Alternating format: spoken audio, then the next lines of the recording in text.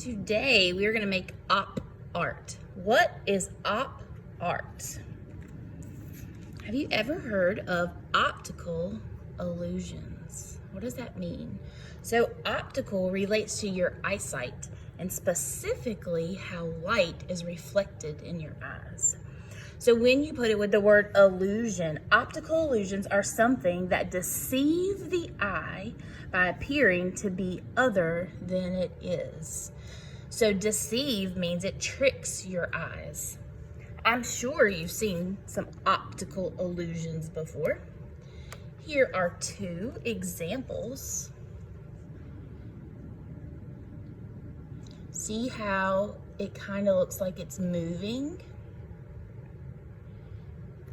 but it's not. Here's another one. Looks like you're in a tunnel, right? You can spin around it, but you're not. So today we're gonna make some op art. So today's op art project is this. We're gonna go ahead and take your square.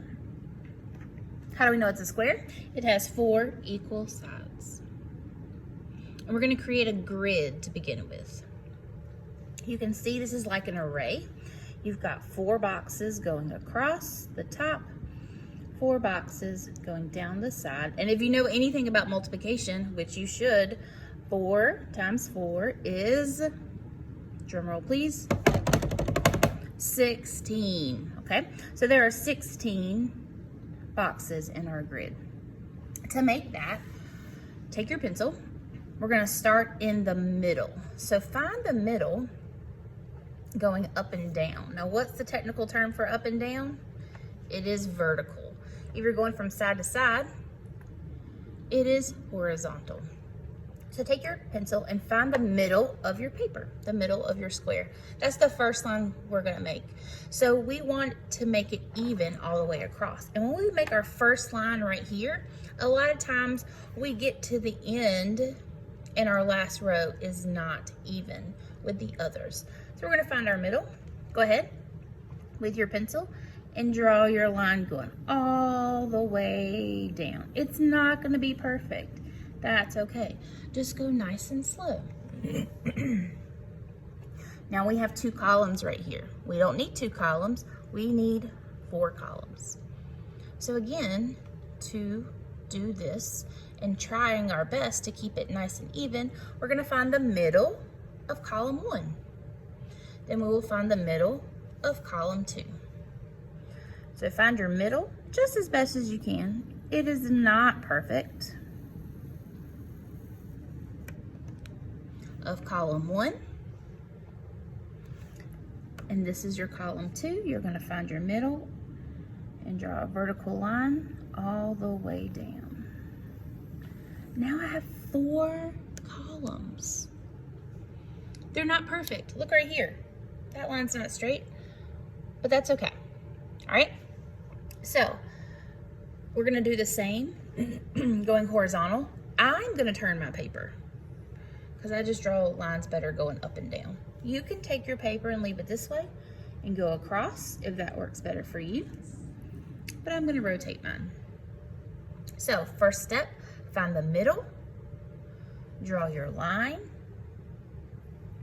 your vertical line from the top to the bottom of your paper. So this is an array right here. This is 2 by 4. And if you know your multiplication, what is 2 times 4? Drum roll, please. 8. You have 8 boxes here. I can do it this way. And I have 4 times 2. Same thing, 8 boxes. Okay, we're going to continue to divide to make our grid. You're going to put a line here and here. Find your middle point and come down slowly. Find your middle point and come down slowly. Perfect. Now, if you were to count all of those, you would have 16 boxes. So looking at our example, you see some other types of lines too. You see vertical, horizontal, but what's this line called? That's diagonal. A diagonal line goes from corner to corner, sideways, slanted. It can go that way, but if you rotate it, look, it goes that way. Same thing, it's a diagonal line. So we're gonna work on making our diagonal lines. You're gonna take your grid and start in this first one and go from corner to corner. Now, you could go box and do that diagonal line, and then go to this box and do that diagonal line, like this. Bump, pick up your pencil, do it again to the next one. You can also go straight across, and you would do one continuous line from box to box to box. I'll show you what that looks like.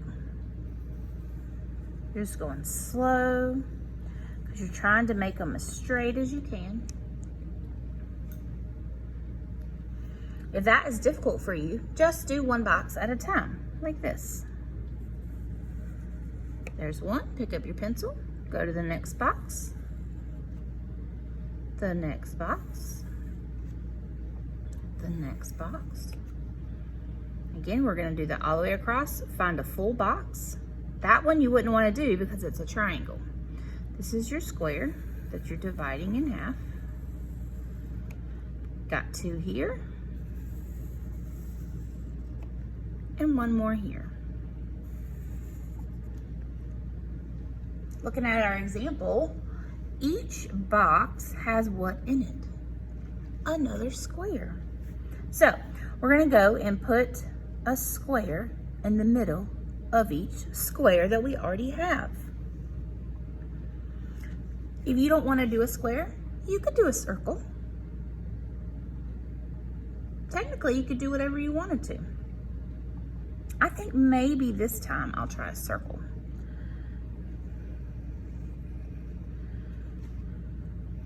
Just to be different.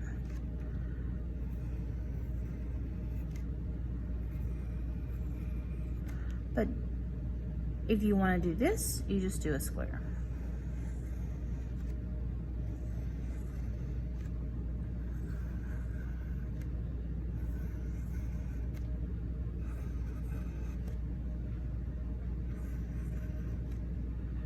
So in each box, I'm drawing my circle.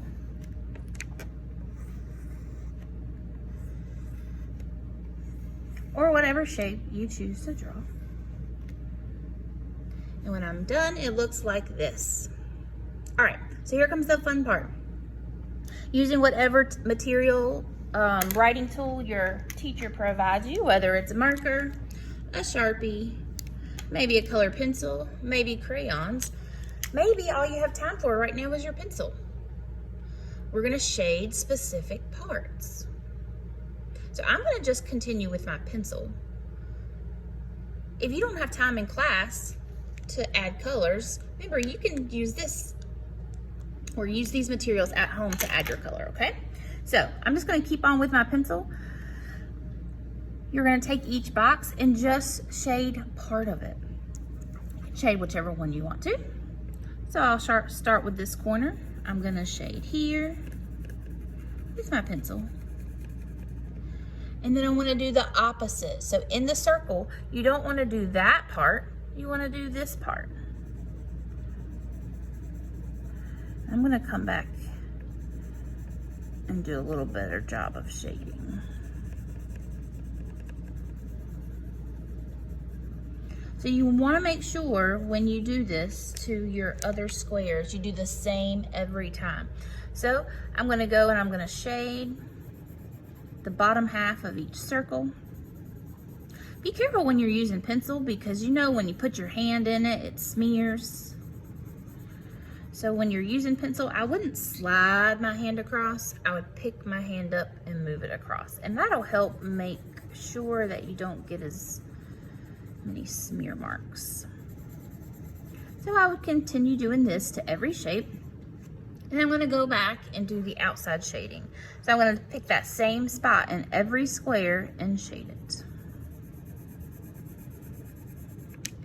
Again, you can create whatever kind of pattern you want to. This is the one that I chose.